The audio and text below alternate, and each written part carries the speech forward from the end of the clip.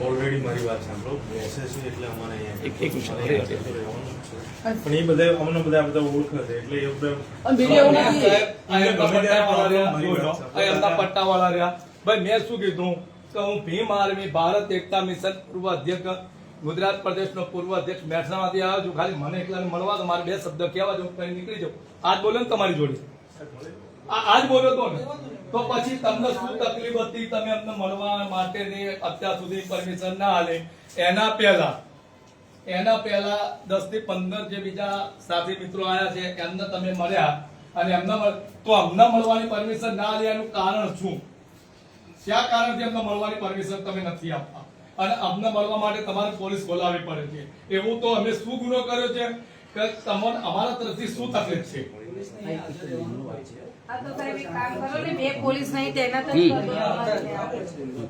હા ઠીક છે, અમારે તમારી જોડે વાત કરી. એવું હોય તો તમારા સ્ટાફના માણસો એમને બહાર મોકલો. પણ અમારે તમારી જોડે વાત કરી એવી કેવી વાત કરો છો? તમે એવું ના કહી શકો કે આ માણસને ઓલરેડી અમારી વાત નીકળી હોય મૂકો ને, અમારા સ્ટાફના માણસો છે, એમાં શું તો અમે ઉભા રહીએ એવું? ઓકે, હવે તમે બહાર આવી જજો સાહેબ. હોન અમે બધા બોલાય આવી જાઓ. તમે આવી જાઓ. ચલો હવે તમે પોતે બહાર આવજો. ચાલો અમે તમને શાંતિથી જ્યારે રજૂઆત કરવા આવી જાઓ. ચલો આપણે પબ્લિક ને બોલે ને બહાર આવે છે આપણી આવશે. સ્ટાફની રજૂઆત મારે નથી કરવી તો સ્ટાફને તમે બેસો ને, તમે બેસો ને, તમે ક્યાં ના પાડો? અમે બધા પદાધિકારી છે. હું પોતે ગુજરાત પ્રદેશનો અધ્યક્ષ છું. અમારે તો મહિલા જિલ્લા છે. આ સંગઠન મંત્રી છે, એટલે ગુજરાત પ્રદેશનો સંગઠન મંત્રી છે. ક્યાં બેસો? ખુરશી મંગાવું છું, બેસો. મંગાવી દો. ચાલો સાહેબ, તમે જનતાના આમ નાગરિક, અમે આમ નાગરિક છીએ. તમે જનતાના સેવક છો.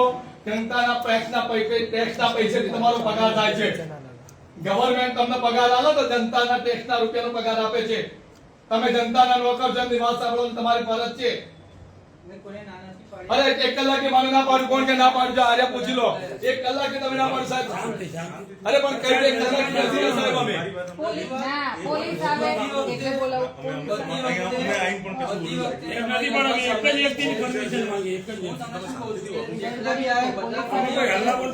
તમે એક વ્યક્તિની પહેલા બી માંગેલી છે અને બધાને આવા દીધેલા છે. અને આ ઓછામાં ઓછા પહેલી વખત નથી થયા, ઓછામાં ઓછા 10મી વખત આવીએ છીએ. તમે લોકો મારી વાત સાંભળી લેજો, બરાબર છે? 10મી વખત આયા છો તમે ભાઈ, બરાબર છે? 10મી વખત આયા છો, બરાબર? અને બધા વખતે શાંતિથી રજૂઆત સાંભળેલી જ છે, બરાબર છે? એટલે એવું નહીં કરો. પણ અત્યારે તમે રજૂઆત સાંભળી તો હું તો રજૂઆત સાંભળવા બેઠેલા છે. હું તો ગુજરાત પ્રદેશનો પૂર્વ અધ્યક્ષ છું બરાબર છે. અને મહેસાણાથી આવ્યો છું. મેં તમને એટલા સુધી પણ કીધું કે મને એકલાને મળવા આવો. રજૂઆત સાંભળવા ના નથી પાડી. મારી ઇન્ટરવ્યુ બી ચાલે છે. તમારે પહેલા બી બધા એજન્સીઓ આવી ગયેલી છે અને તમારી ના અલ્પેશભાઈ, ભાઈ આપણે રજૂઆત કરો. ચલો અલ્પેશભાઈ,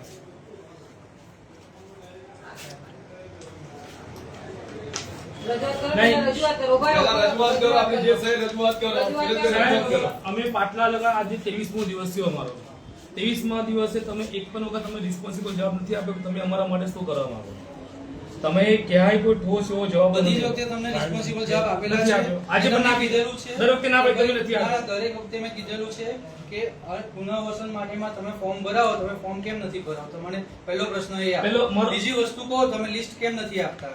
બરાબર છે? તમને બોલ સાહેબે તમને લિસ્ટ મોકલેલું છે ને, લિસ્ટ આપણને કીધેલું છે, તમે લિસ્ટ કેમ નથી આપતા? આજે 23 દિવસ થયા, પુનર્વસન માટે તમે જે કહેવાનું કહો છો, બરાબર છે, એના માટે તમે ફોર્મ કેમ નથી ભરાવતા? મને એનો પ્રશ્ન જવાબ આપો.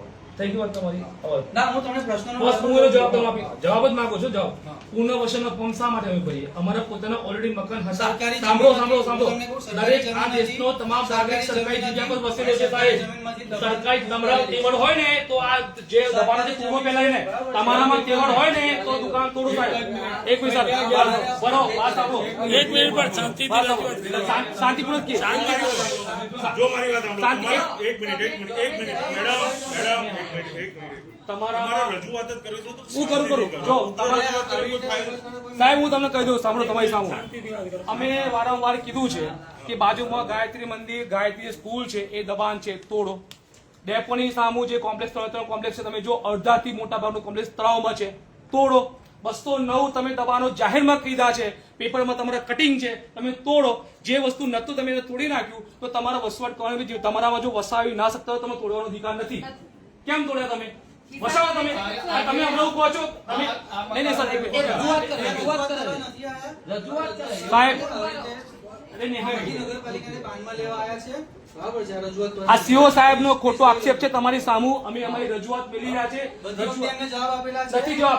મારી પાસે બધા રેકોર્ડિંગ છે, એક પણ એનો જવાબ નથી. એવું કે બધાનો જવાબ આપેલા છે ફોર્મ ભરવાની વાત કરો છો ને બરાબર છે બધા જવાબ આપેલા છે તમે એક પણ વખત જવાબ નથી આપ્યા. પ્રાંત ઓફિસર સાહેબ સાથે લાઈવમાં હતા ત્યારે પણ કીધું તમે જવાબ નથી આપ્યા. અમારી બહુ સીધી માંગણીઓ છે કે જે મકાન તમે તોડ્યા છે એ લોકોના રહેવાની તમે કાલે માંગ્યું હતું, તમે કાલે નતા. આખું આજે અમે લિસ્ટ બીસ બધું અમે લઈને જ આવ્યા છે. તમને લિસ્ટ બી આપી રહ્યા છે. તમે લાસ્ટ ટાઈમ શુક્રવારે આયા હતા ત્યારે બી અમે લિસ્ટ લઈને આયા છે તમે ના ના ના એવું નતું કીધું. કઈ વિસ્તાર અમે તમારે લાઈવ છે. હા રેકોર્ડિંગ છે અમારી પાસે. અમારી પાસે પણ લાઈવ નથી, લિસ્ટ લઈ નથી આવ્યું, નથી કીધું કોઈ પણ જગ્યાએ. 110% કીધેલું ના, તો બતાવી દો લાઈવ મેં. રેકોર્ડિંગ જ છે આપણી પાસે. રેકોર્ડિંગ છે આગળની ચર્ચા શું છે? કરી આગળની ચર્ચામાં એવું છે સાહેબ, સાંભળો, આગળની ચર્ચામાં એવું છે કે સાહેબે અત્યાર સુધી અનેકો લોકો અમારા બીમાર થયા. ક્યારે સાહેબ ખબર સાહેબની પોતાની એવી તાકાત નહીં કે બે વ્યક્તિનું પોતાનું કોઈ ભોજન કરાવી શકે. અમે પાછલા 23 દિવસથી અહીં મરણ પથારી પર જીવી રહ્યા છે. બરાબર. અમે વારંવાર કહીએ છીએ કે 1973 ના નિયમ પ્રમાણે તમારે અમારો પૂર્ણ વસવાટ કરવો પડે અને કલમ 21 પ્રમાણે આ ભારત દેશના તમામ નાગરિકોનો જીવવાનો અધિકાર છે. પરંતુ આ બંને નિયમોનું ઉલ્લંઘન થયું છે. ના રિહેબિટેશન કરવાના નિયમનું એ થયું છે, ના એમને કલમ 21 પર. અત્યારે હું તમને લઈ જાઉં, મારી સાથે તમે ચાલો, હું તમને 7 મકાન એવા બતાવું જ્યાં અમારા લોકો રહે ગમે ત્યારે મકાન પડે એ કન્ડિશનમાં છે. આખા બોરસદનગરની અંદર જે લોકો ભાડે મકાન મળ્યા છે એ લોકો સાથે ઉઘાડી લૂંટ થઈ રહી છે. એ લોકો પાસે ભાડા વસૂલ ડબલ કરવામાં આવે છે. એ લોકો સાથે લાઇટ બિલ વસૂલ કરવામાં આવે છે. એ લોકો મજબૂર છે કે દીકરીઓ અને વડીલો હોવાના કારણે એ લોકો ત્યાં રહેવું પડે છે. શું સાહેબ એની પર ધ્યાન આપ્યું છે અત્યારે લગી? બતાવો મને. અને એવું કહે છે કે તમે આ ભરો, ચલો અમે ફોર્મ ભરવા તૈયાર છે. શું તમે અમને બાહેધરી આપો છો? કાલે કોઈ મકાન મળશે? લેખિતમાં આપો છો. થઈ જશે, લેખિતમાં તમે આપો. લેખિતમાં આપો છો. તારે બી અમારો તમને આપવા માટે તૈયાર છે. તમે લેખિતમાં આપવા તૈયાર ત્યારે પણ મેં સાહેબ એવું કીધેલું એમને કે તમે જાહેરાત કરો કે ભાઈ જે લોકોના મકાન તૂટે પહેલા મકાન એ લોકોને મળશે. એક પણ વખત એમને રિસ્પોન્સિબલ જવાબ નથી આપ્યો. એમને એવું કીધું કે પૂર્ણ વસનનો અધિકાર મારી પાસે નથી, પ્રાંત અધિકારી પાસે. પ્રાંત અધિકારી કે મારી પાસે અધિકાર નહીં, તો કોની પાસે? સાંભળે બેઠા ભાઈ તમે લોકો. બધા એવું શા માટે બેઠા તમે લોકો? નથી. અને સાહેબ જે ફોર્મની વાત કરે છે, ફોર્મ મારું પોતાનું મકાન છે, લાઇટ બિલ વેરો, છતાં હું એ ફોર્મ ભરું છું પ્રધાનમંત્રીનું. ફેલ થાય છે. મળવું હશે તો મને મળવાનું જ છે. આ ઝૂંપડાવાળાનો એમનો અધિકાર છે અને કોઈ જગ્યા એવી બાકી નથી કે જ્યાં ઝૂંપડા તૂટ્યા હોય, સરકારી જગ્યા ઉપર બનેલા એમને મકાનો આપવામાં શું તમને એવું લાગ્યું છે કે એનો રિસ્પોન્સિબલ જવાબ આપ્યો? તમે ઈમાનદારીપૂર્વક સરકારી કર્મચારી બોલો એનો જવાબ આપ્યો? બતાવો મને. ચલો, એ તો મને સવાલ કરી રહ્યા છે. રિહેબિટેશન નો નિયમ શું છે? રિહેબિટેશન કોર્પોરેશન પોતે ઝૂંપડપટ્ટીની દેખરેખ અને એનું એ કરવાનું હોય છે. શું કર્યું એ લોકોએ? એ લોકો પોતે ખબર નથી કેટલા મકાન તૂટ્યા છે. હું તમને ચેલેન્જ મારતો. અને એને પોતે નથી ખબર હોય, આ પાછા અમને કે તમે લઈને આવો, તો તમે કેમ તોડ્યું? એ અમારી જો લિસ્ટ માંગે છે તો એમણે શું કર્યું? 15 વર્ષમાં એમણે સર્વે કરવાનું હોય. ડિઝાસ્ટરનું એમના હાથમાં છે તો ડિઝાસ્ટર પ્રમાણે એમની પાસે આખું લિસ્ટ હોવું જોઈએ કે ભાઈ જે ઘર આ મકાનો છે કે ભાઈ